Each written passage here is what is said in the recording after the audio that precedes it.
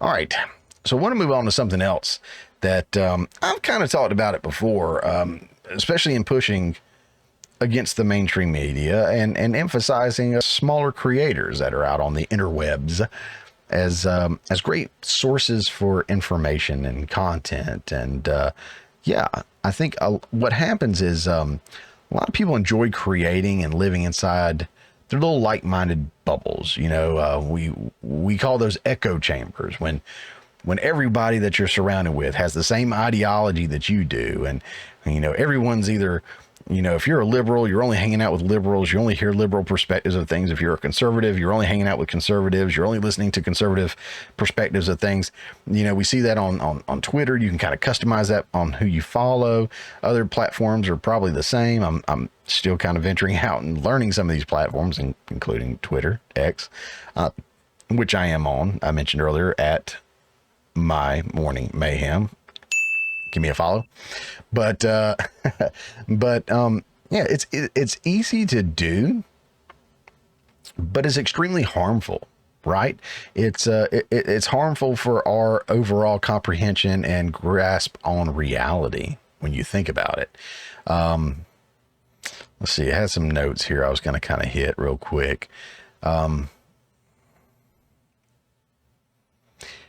Blah, blah, blah, blah, blah. Yeah, so from like their friend circle to their news sources to the people they follow on Twitter, people often create a breeding ground for groupthink and loss of individuality. Imagine being so confused after watching the Trump-Biden debate when you saw the mental and physical condition of Biden. Like that hadn't been a thing. Like, oh, I had no idea. It's because you're living in your little bubble. You're only fed these lies that he's perfectly fine. He's sharp as a tack, yada, yada, yada. This is not true. It has not been true for a long time. You got to bust that bubble. Get out of that bubble. So many people realized that night he was in rough shape. Not only is it sad that the man is the leader of the free world, but also that so many people had no idea that he was that far gone. They listened to and believed the liberal mainstream media as they came to his defense over and over again. They believed it when celebrities and other politicians said they met with Biden and he was sharp as ever. Then the debate happened and eyes were finally opened and the media couldn't run away from it anymore. I think it was 51 million people or something like that watched it. Now we have to acknowledge what we've been hiding this entire time. Sadly, many feel like this is a new revelation while plenty of us have been talking about this for years. I've seen something like this pop up plenty of times before, but I'm going to pull this one up because it's the most recent that I have seen. Talk about being in a bubble. Talk about not really seeing reality for what it is and just assuming the worst in the other side, right? So this one comes from somebody who I don't know who it is, don't really care. Links to everything, by the way, are in the show notes below. You can go check out this person, their post. They may be somebody I agree with. They may be someone I disagree with. I don't know, but this is the post. It says, Mitch McConnell froze on camera. He literally couldn't speak and had to be led away from the podium by the GOP. Who asked McConnell to step down? No one. Enough asking Joe Biden to step down. Agree? Well, my friend, you are in your echo chamber. You didn't hear anybody or see anybody ask McConnell to step down because the people you follow and you surround yourself with didn't do it. If you were to go outside of your comfort zone a little bit, you might have been shocked to what you found. Imagine being so removed from reality that you didn't hear the pleas of thousands of people demanding, begging, or urging McConnell to step down. Let's not forget Dianne Feinstein, who was wheeled into Congress, asked where she's been, and then she says she hasn't gone anywhere, even though she missed like 3 months for recovering from an illness. If you don't know what I'm talking about, check this out. Now to this, there are questions surrounding Senator Dianne Feinstein after her brief exchange yesterday with reporters on the Hill. The Democrat recently returned after an extended absence from Capitol Hill, recovering from shingles. So a reporter asked the 89-year-old lawmaker how she's been received by her colleagues since she returned to Washington. Let me read you the exchange. It was not on camera, but here it is verbatim. Quote, What have I heard about what? She asked. About your return, the reporter replied. I haven't been gone, she said. You should. I haven't been gone. I have been working. You've been working from home? Is that what you're saying? The reporter asked. No, I've been here. I've been voting. Please, either know or don't know. Close quote. CNN has reached out to Feinstein's office for comment. No word back. And that's on their side. That's on the left side.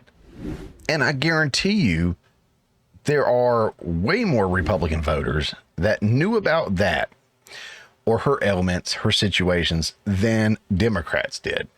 Why can I say that so confidently? Because I don't have an echo chamber. Now, I kind of do. Don't get me wrong. A lot of the people I follow are more conservatives than Democrats, but I follow Democrats. I follow liberals. I follow libertarians.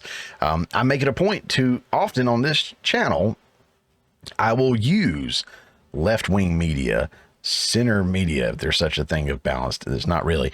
But I'll use a mix of media sources to help prove my points, because I want to try to show that I'm more balanced than they are, because there's a little truth over here, a little truth over there. Let's try to fall somewhere in the middle, right? Which is where most Americans are, I think. But you've got enough over here and enough over there that the line's just getting pulled in both directions, right? Before I go on, let's take a look at her again. Dianne Feinstein. Does she look well? 89 years old. Does she look fit for office right there? Keep in mind, 4 months later, she died. They're doing the same thing with some of these other politicians, and Biden is no different. Biden is not exempt.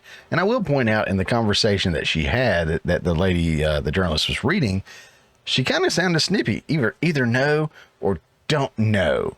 I've been here. No attitude on that old lady, huh? Think about Biden when Biden gets called out for his lack of mental acuity. He gets angry. He starts yelling. He starts insulting. Remember when Mitch froze up? Guess what he did? He froze up. He didn't go on tirade insulting people and yelling at people and stuff. He wasn't rude.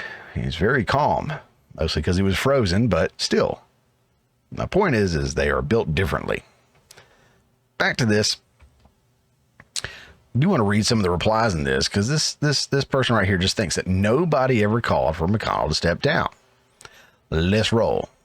Phil Abonte, who I absolutely enjoy. He's a regular on Tim Pool's show that I don't get to watch a whole lot anymore. But he is in All That Remains, which is a fantastic band. Check him out if you get some time.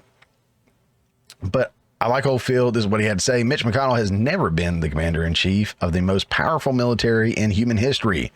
He's never had sole authority to initiate a nuclear strike. If you see no difference, please stop worrying about politics. Learn to knit.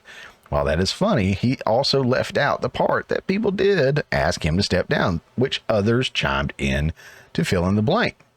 Mac Michelle right here, actually all of MAGA did. So nice try, dumbass. You got people here, blah, blah, blah. Lady conservatives have been begging him to step down forever. Him and all the other 200-year-old career politicians who do not know or care about their constituents. Pretty much everyone asked him to step down, and he is. What a terrible example to prove the inverse of your point. Exactly. Not only to prove that, yes, you guys should be asking Biden to step down, but also, like I'm saying, that you are in that echo chamber and you need to get out. And McConnell did announce he's stepping down. I'll use another example. This comes from, why is it down here like that? I can't see my boy's name. I zoomed in too much. Let me bust up out of here. There we go. I like it. I like it. This is Greg Foreman. I follow him. This is a guy that you guys may be familiar from the Black Conservative Perspective. He's got a great channel on YouTube and posts some great stuff on Twitter. Go give him a follow. Check him out. But like I said, the last thing Democrats want is for Joe Biden to have a Mitch McConnell moment. Well, what can he possibly mean if no one wants Mitch to step down or acknowledge that Mitch has a problem? Well, here's, a growing voice in the conservative movement.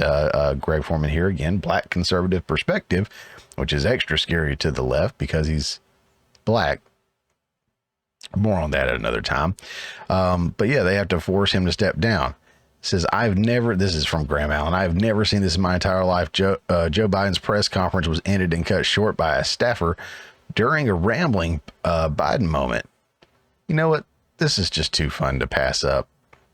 Let's do it. Conference overall, we talked about stability. We talked about making sure that the third world, the Southern Hemisphere had access to changes, had access. It wasn't confrontational at all. He came with Thank you, everybody. This ends the press conference. Thanks, everyone. Thank you. Thank you. Y'all remember that? Are you ready? US way. It's nighttime, Joe. Go to bed. Reminds me of that one where he says, well, I'm tired. I'm going to go to bed. It says everyone needs to force everyone who is 70 and older step down and to not step up. MAKA, make America young again. Geez, I can't believe I'm saying that. Oh, man, there's more here, too. This was a good one, I thought, from Dan Hill. Should Mitch McConnell step down as Republican leader in the Senate? Why would he even ask that if he didn't think that he should? Excuse me. Yes, step down, Mitch. 98.5% of people said so. So again, this kind of reiterates the whole idea that you live in a bubble. And lastly, and most recently, this was from just the other night at the RNC. You want to talk about people not asking McConnell to step down or wanting him to step down or even disliking him, maybe. Check this one out. For the next president, Donald Listen to those boos. J. Trump.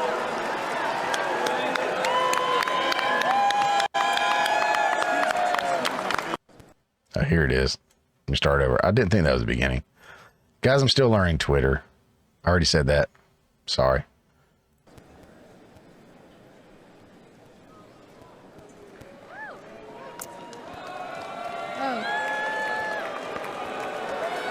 Madam Chairman, the Commonwealth of Kentucky proudly cast 46 votes for the next president, Donald J. Trump. And look at it. He's completely oblivious to the fact that nobody wants him to be there. So yeah, hey, good on him. Excuse me, good on him for knowing that it's time for him to step down. That's good. It's a good move. Good call. But yeah, we've called for that. That's just one example, but that's just a clear one to debunk. But we've got to get out of these echo chambers, these social bubbles that we put ourselves into. We have to reach across the ideological aisle. We've got to interact with people that live inside the world, outside of our bubbles, to understand the different perspectives and perceptions of people in the world. I mean, how ridiculous is it to have just one single mindset and to only run in a pack of other people who have that same mindset? So in wrapping up the segment, I do urge Democrat, Republican alike, get out of your comfort zone, listen to a news source or group of people who you would normally avoid, and do so with an eagerness to learn something you don't know. You may very well be surprised in how much you're unaware of because of the echo chamber you've created. Hey guys, thanks for checking out this clip from the Morning Mayhem. Remember, this is just a portion of the full show that comes out every Friday morning at 10 a.m. Eastern Time. If you hadn't already, don't forget to subscribe so you don't miss out on any of the full shows or these tasty little nuggets.